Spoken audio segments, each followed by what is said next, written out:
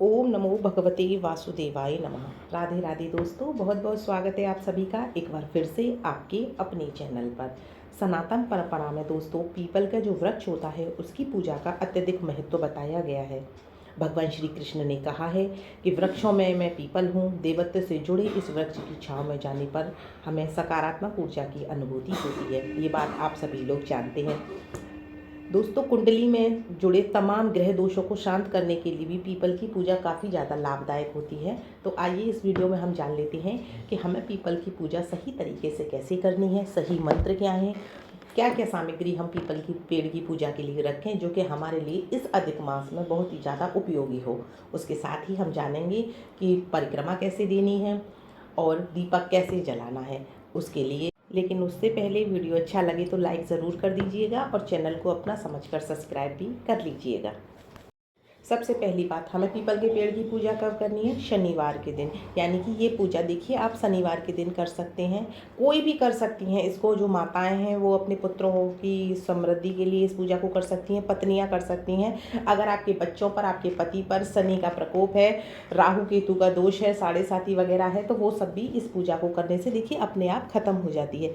तो ये पूजा आप शनिवार के दिन से शुरू कीजिए और आपको ये पूजा करनी है सूर्य उदय होने से पूर्व, यानी कि सुबह सुबह आप इस पूजा को कर लीजिए। बिल्कुल सुबह सुबह उठकर नहा लीजिए। नहा करके आपको क्या करना है, आपको गहरे रंग के कपड़े पहन लीजिए।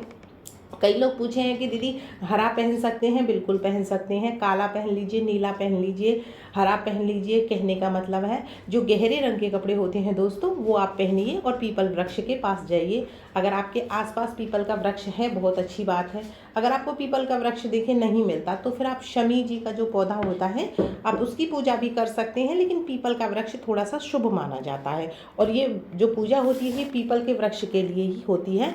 तो वो एक ऑप्शन के तौर पे होता है शमी का वृक्ष। अगर आपको पीपल का मिल जाता है तो ये ठीक रहता है। तो देखिए आपको पीपल के वृक्ष के पास जाना है और आपको लेना है एक लोटा। दोस्तों लोटा कोशिश कीजिए तावे का ना हो, आप पीतल का एक लोटा अपने घर में रख लीजिए पूजा आदि के लिए। लेकिन अगर पीतल का नहीं है तो फिर आप स्टील का भी देखिए ले सकती हैं, ठीक है। तो आप एक स्टील का लोटा ले लीजिए या पीतल का लोटा ले लीजिए। अगर ये भी नहीं है, तावे का ही है, तो फिर आप तावे का, तो भाई काम तो चलाना ही होता है तो वो ले लीजिए। लेकिन अगर पीतल का मिल जाता है तो ज़्यादा अच्छी बात रहती है।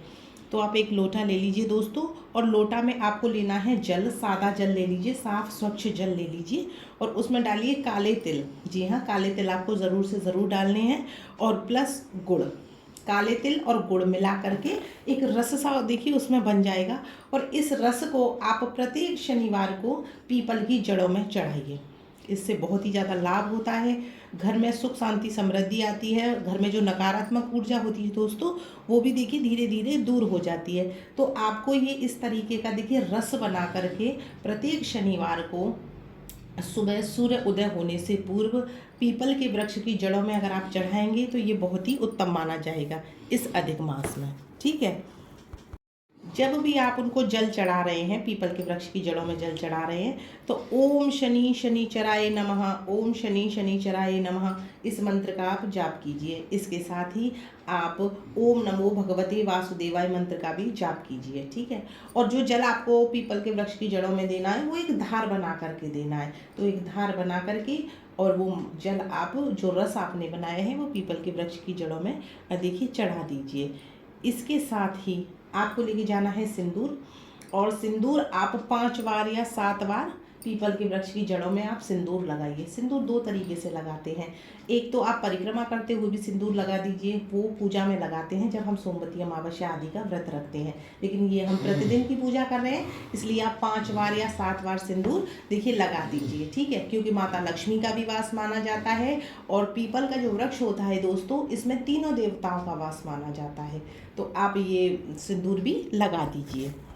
देखिए आप एक मिट्टी का दीपक ले लीजिए और मिट्टी के दीपक में आप सरसों के तेल की बाती बना के रखिए, सरसों का तेल डाल के रखिए। ऐसे एक दीपक बना लीजिए क्योंकि दीपक को दोस्तों हम वहीं छोड़ के आते हैं। तो आप दीपक भी सुबह वहाँ सरसों के तेल का जला कर आइए। अगर आप तेल दीपक जो है उसमें काली उड़द और काली उड़द की जो दाल होती है दोस्तों वो और तिल अगर डालती हैं तो वो भी अच्छा माना जाता है। अगर नहीं डालती हैं तो आप बिल्कुल सरसों के तेल का सादा दीपक जला कर आइए पीपल के वृक्ष की जड़ों में। अच्छा, कुछ लोग शाम को दीपक जलाते हैं, तो देखिए आप शाम को भी दीपक जला सकते हैं, लेकिन सुबह में दीपक बहुत ज़्यादा अच्छा माना जाता है सूर्य उदय होने से पूर्व। तो आप सूर्य उदय होने से पूर्व वहाँ दीपक जला कर आइए। लेकिन अगर आप शाम को जलाती हैं तो फिर देखिए शाम को सूर्यास्त होने से पहले ही जला आइए, क्योंकि अंधेरा सा हो जाता है थोड़ा, तो फिर हमें डर लगता है ना पीपल के वृक्ष के नीचे, क्योंकि देखिए ये जो वृक्ष होता है ये पितरों से भी जुड़ा होता है, और कहीं कहीं हमारे अंदर भय भी होता है इस चीज़ का। तो ये दीपक आप सुबह में जलाती हैं तो बहुत अच्छा है, लेकिन अगर आप सुबह में नहीं जलाती हैं तो फिर देखिए आप शाम को जला सकते हैं, लेकिन सुबह ज़्यादा अच्छा माना जाता है।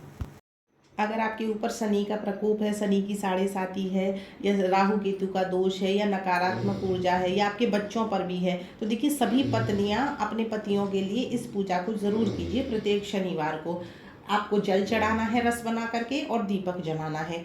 इसके साथ ही देखिए जिन बच्चों की शादी नहीं हो पाई है, या जिन लड़के कुंवारे हैं, उनकी माएँ अपने लड़कों के लिए, उनकी सौभाग्य के लिए, समृद्धि के लिए, तरक्की के लिए, उनके ऊपर से नकारात्मक ऊर्जा का प्रभाव हटाने के लिए इस तरह की पूजा ज़रूर से ज़रूर करें।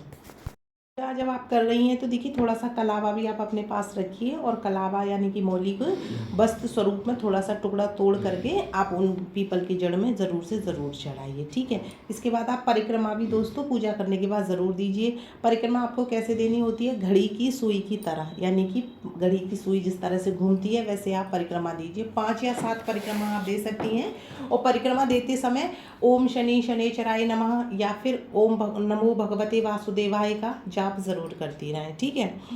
कई लोग पूछे हैं कि दीदी हम परिक्रमा नहीं दे पाते, पीपल ऐसी जगह होता है, तो कोई बात नहीं है, आप पीपल वृक्ष के बिल्कुल सामने और गोल गोल घूम करके परिक्रमा दे लीजिए। अगर आप पीपल वृक्ष की गोल गोल घूम कर परिक्रमा नहीं दे पा रही हैं तो उनके सामने खड़े होकर के दे लीजिए, हाथ जोड़ करके। ऐसा करने से भी हमारी जो परिक्रमा होती है दोस्तों वह संपूर्ण मानी जाती है। पिछली वीडियो में कई लोग पूछे थे कि रविवार के दिन पीपल की पेड़ की पूजा कर सकते हैं, तो देखिए प्रकृति की पूजा आप कभी भी कर सकते हैं, रविवार को कर सकते हैं, सोमवार को कर सकते हैं। हमारे मथुरा वृंदावन में तुलसी का जो वृक्ष होता है दोस्तों, उसको रविवार के दिन छूना निषेध माना जाता है। बाकी प्रकृति की पूजा तो आप कभी भी कर सकते हैं, ऐसा कहीं नहीं लिखा कि आप रविवार के दिन मत कीजिए या सोमवार के दिन मत कीजिए। जब आपकी इच्छा हो, जब आपका भाव जागृत हो, आप पीपल के वृक्ष की पूजा कर सकते हैं, लेकिन शनिवार के दिन उत्तम माना जाता है, क्योंकि शनिवार का दिन शनिदेव महाराज को समर्पित है। इसीलिए शनिवार के दिन पीपल के पेड़ की पूजा अधिक लाभदायक होती है।